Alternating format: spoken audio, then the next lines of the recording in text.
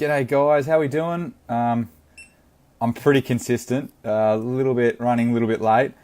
Got caught up at work with a pretty interesting patient, lady who's runs, so she just for interest, 50 years of age, runs over 10 marathons a year. Subtalar joint, distal third of the talar head, completely kaput. So welcome. That's an interesting one. So we're working with her, but yeah, that just to repeat that. Hey Grace, a lady, 50 years of age. She runs plus 10 marathons a year, and she is got one. Her right leg has 2/3 of her distal talar head is just bone on bone, but she's actually doing pretty well. She still runs them. She's got no pain, and she's just got a little bit of She gets just a little bit of swelling and stuff in that area. So, Feds, hey mate, I'm going to miss you tomorrow. Not turning up to work. We've got our RDO, mate.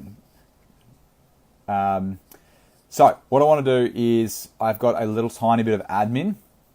First things first, we have some exciting news. We've locked in Dr. Matt Bourne. Dr. Matt Bourne is going to do a work education session and then a workshop for us. That will be on the 16th of June. Dr. Matt Bourne is, he's the sister of Tiff Bourne, if anyone knows Tiff. I actually went to school with Matt. He's a great guy. He's a leading world expert, or he's up there with definitely in the nation with hamstrings. He knows everything about hamstrings. You can Google him. He's got some seriously strong articles. I've posted them.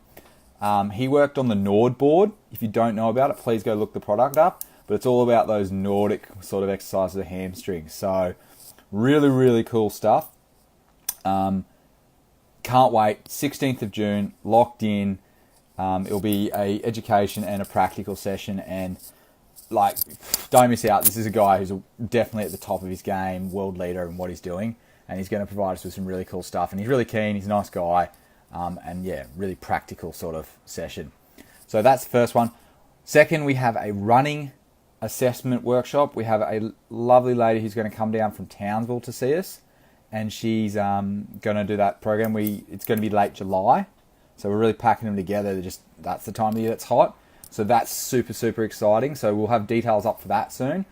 And then August, we've got Dean Lawler, physio and EP, who is going to come up from down south and run a knee workshop. So that's really exciting, and that's on request of Dylan. So there you go, mate. Suss something out for you. Should be a red hot session. Looking forward to it. So look forward to those ones. Final piece of admin. Exciting news, as you guys would have seen. We've launched our YouTube page or channel. I'm pretty new to it. Pod TV. So please get onto that. So we'll be posting any videos that we obviously do live chats and stuff. We'll be reposting them through those YouTube channels, so you can go and watch them anytime you like. And that's a really exciting thing. It's just a little bit of a different mechanism for us to try and reach more people, rather than leaving it on a closed sort of network in this Bridge the Gap thing. But obviously this is the main hub to come and see us. So the link's up. Please go and if you do the subscription thing, subscribe. It'll tell you when we put up a new video, particularly if you missed the pod live chats. So in that, we posted our first video. There's Dean. There you go. Dean, he just gave you a big plug, mate, about coming up in August to do your knee assessment workshop. Physio EP extraordinaire, correct? So we posted our first YouTube video, which is part one to this workshop, to this one tonight. Mate, the Yankees aren't playing, obviously. You've got time. That's to Dean, guys, sorry. He's a massive Yankees fan. He will try and convert everyone. So we posted our first one. That was from Dave. So Dave, all the way across from the UK. So he's come out of hibernation for us. He's been working in the background, but he's put himself back up on play, shaved the beard off, and he's looking good and young rooster as he is. So he's posted the first portion of this video. And so what we're going to talk about tonight is like scaling, like putting a program together for people. It's one of the things we get a lot of conversation about of, oh, how do I do this? Like, how do I actually build a program? And it's really quite easy. I guess it's easy for me to say that because I've got an interest, but it is. So Dave's just posted a little like case study that he's done. So I highly recommend you all watch it if you haven't watched it. I posted it earlier today, hoping that people could engage it before they get to me. And it's only a 5-minute video, so kind of hoped you guys could have watched it while waiting for me because I only signed on at 7:35. But effectively, whenever you get anyone in and you need to put some exercises to them, I just want to make some quick points. There's nothing wrong with us doing exercises. Like, it's not out of our scope of practice, so don't think it is. If you're not comfortable with it, that's fine.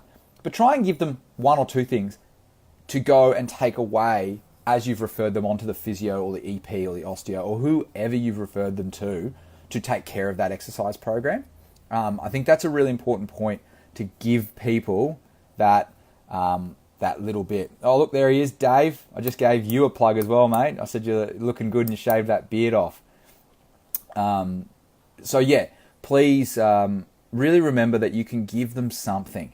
Even if you're not confident, what we're going to try and really do is give you an exercise or 2 that you feel, and really, really easy exercises and some good instructions. That's what we're going to do with that YouTube channel. And you guys are going to be able to apply that and then refer them off to one of your referral network.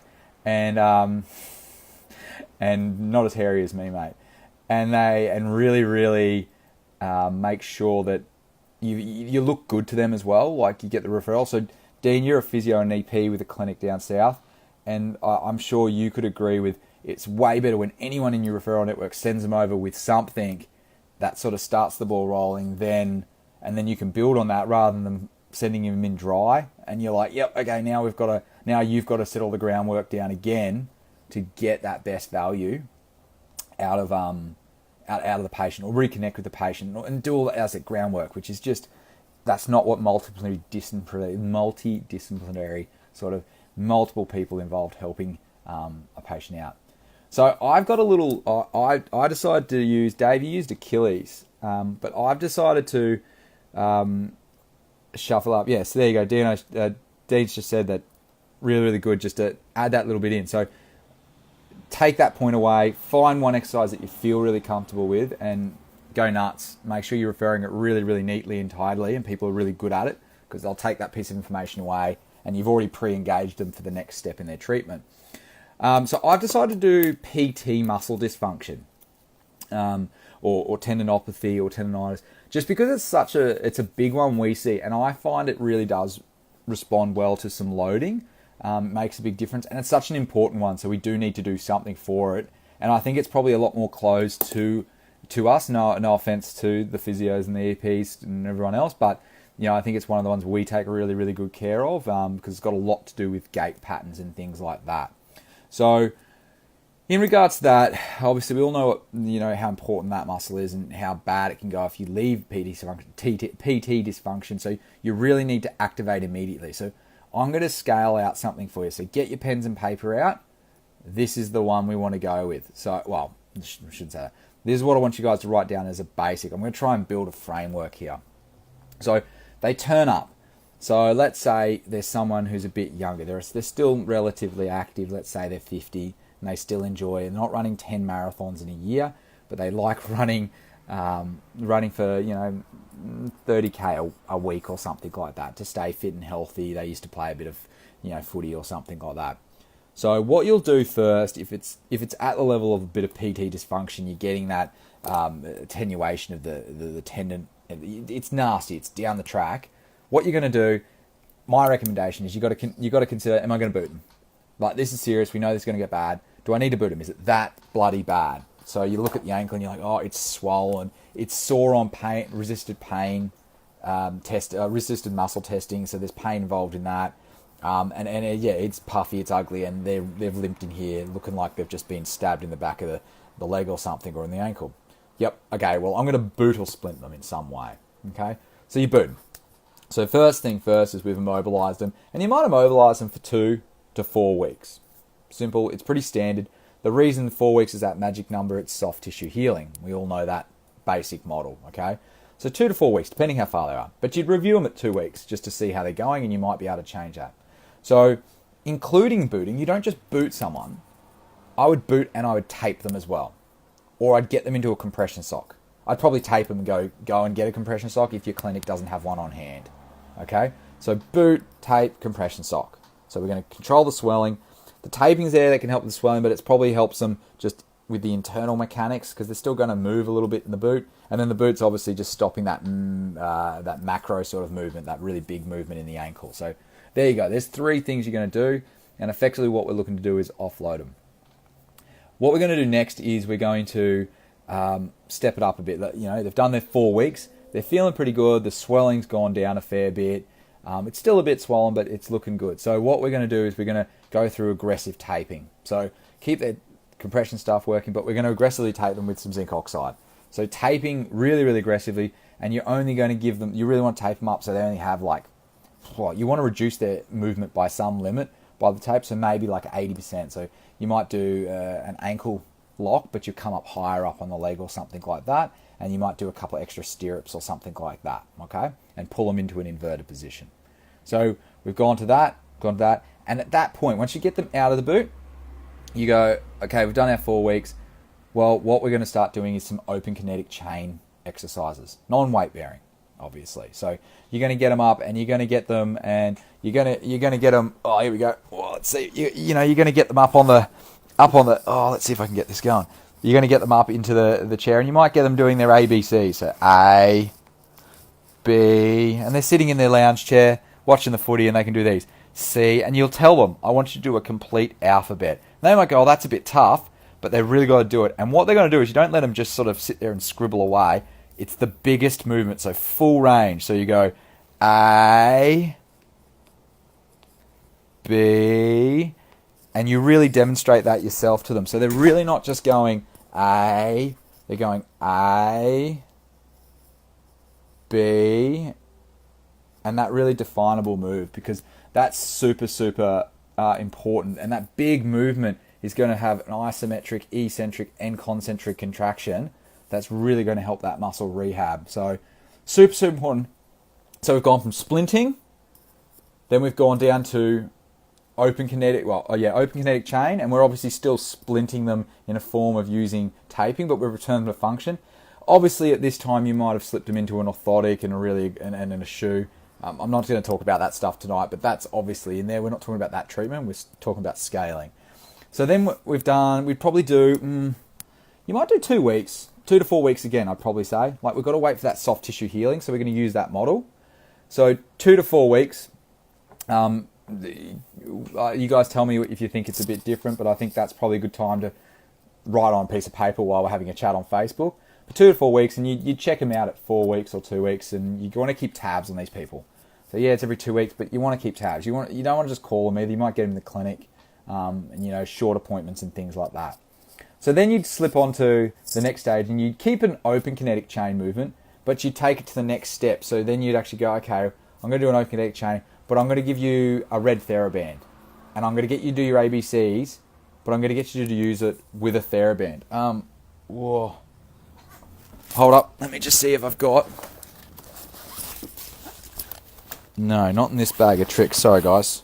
My TheraBand's downstairs.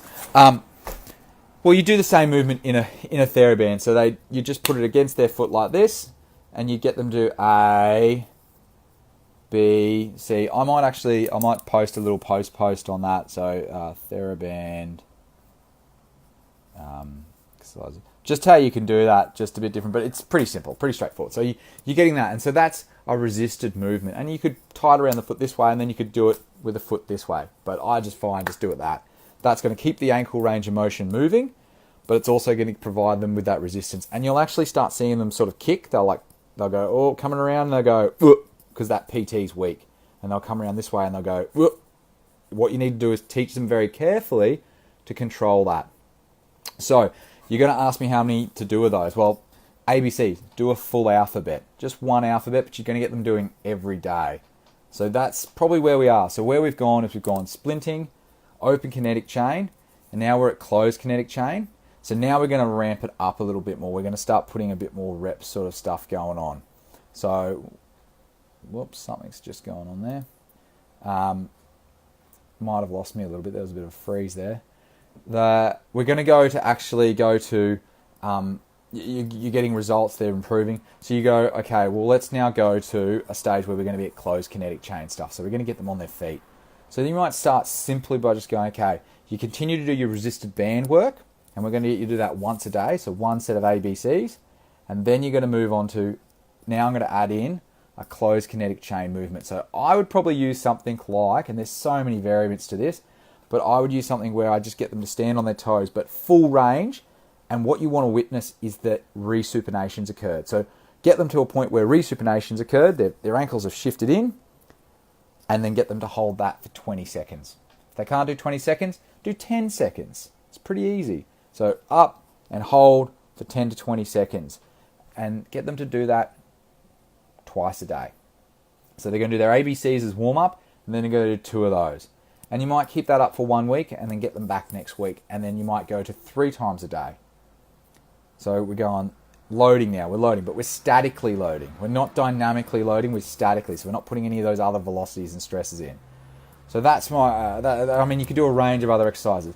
And you could also go, I don't want to do that. I'm going to give them the old band exercise, and they can do that inversion with plantar flexion and load that PT.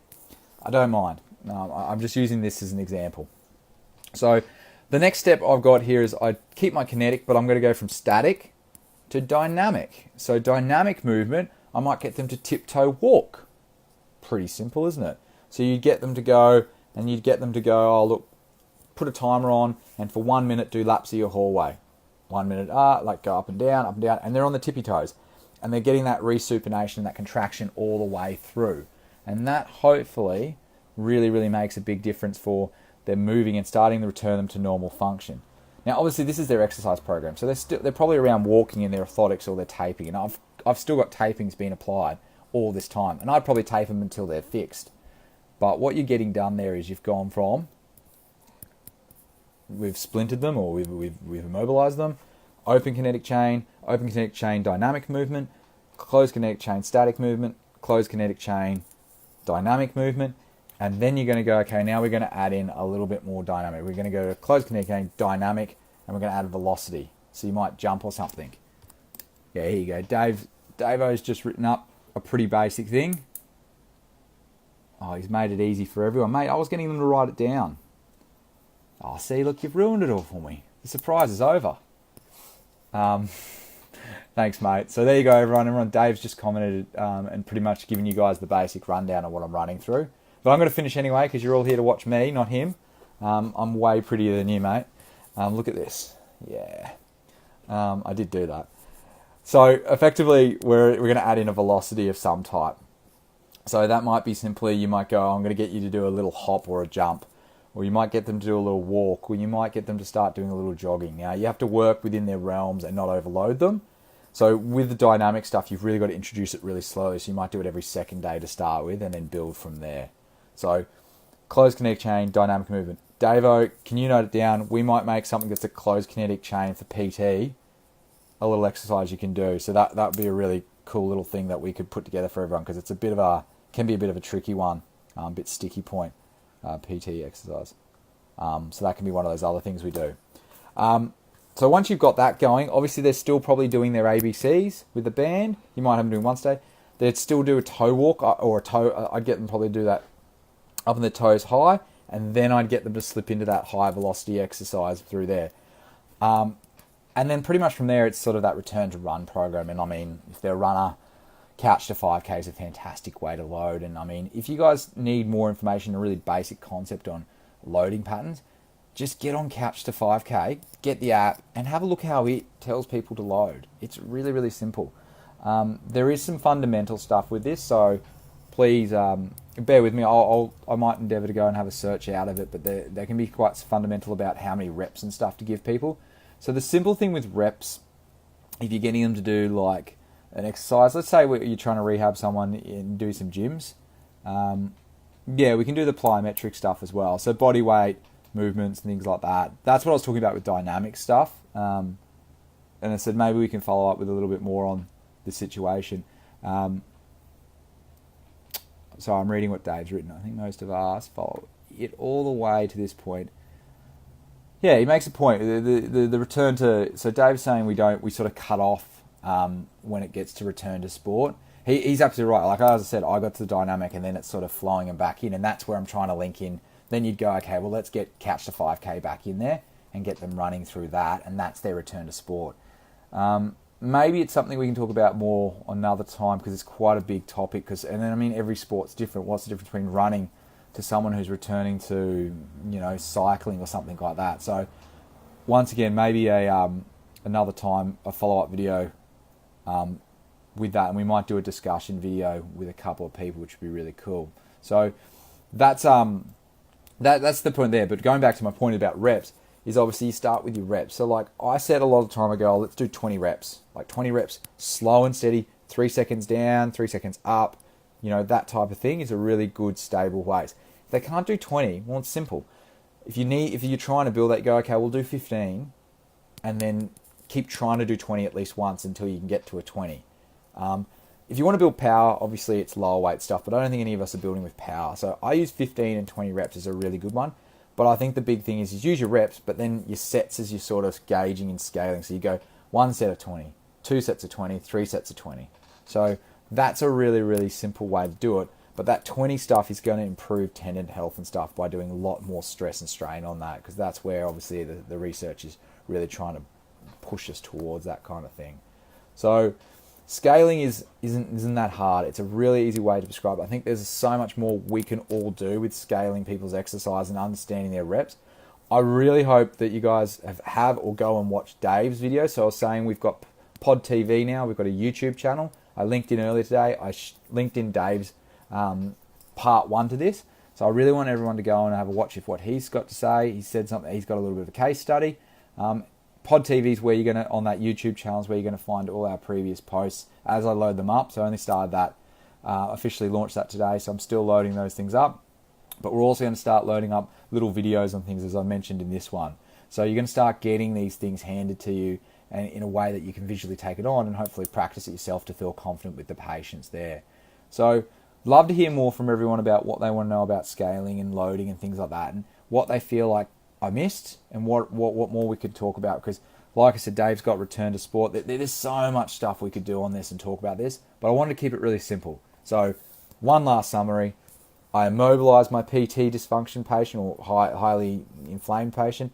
I mobilized, open kinetic chain exercises, closed kinetic chain exercises, closed kinetic chain exercises in a static position. Sorry, let me repeat that. I immobilized, open kinetic chain exercises with a resistance, closed kinetic chain static exercises, closed kinetic chain dynamic exercises, closed kinetic chain dynamic exercises with velocity. So we're building through that. And that whole time I've kept them, they've got orthotics, they've got shoes or whatever, and you do those type of dynamic exercises in shoes with their orthotics if they need that or whatever. I've had them taped, you're doing your needling, you're doing those things. And then really it's just reps. So you'd start with high reps, 15 to 20. And if you're in a situation where you're going to add weight to it in some way, you then drop down your exercise, you drop down your reps, and you do low weight first and then build up to a higher weight. So it's quite easy, but I think we're going to talk a bit more about that. But we want to hear what your feedback is. That's it for tonight. So not too long, I haven't bashed your ears for too long. Quick summary of the admins this morning. We've got a hamstring workshop on the 16th of June with Dr. Matt Bourne, who's involved in the Nord board development. He's an absolute champion. Then we've got a running course that's going to happen in late July. So that's going to be a running assessment course. And we've got a lovely podiatrist coming down from Townsville to see us for that one. And then in August, we've got Dean Lawler himself. He's going to run a knee assessment workshop for us, which should all be great. That's on the go at the moment. You'll hear a lot more about that as we get closer. Once again, really want to keep everyone building in.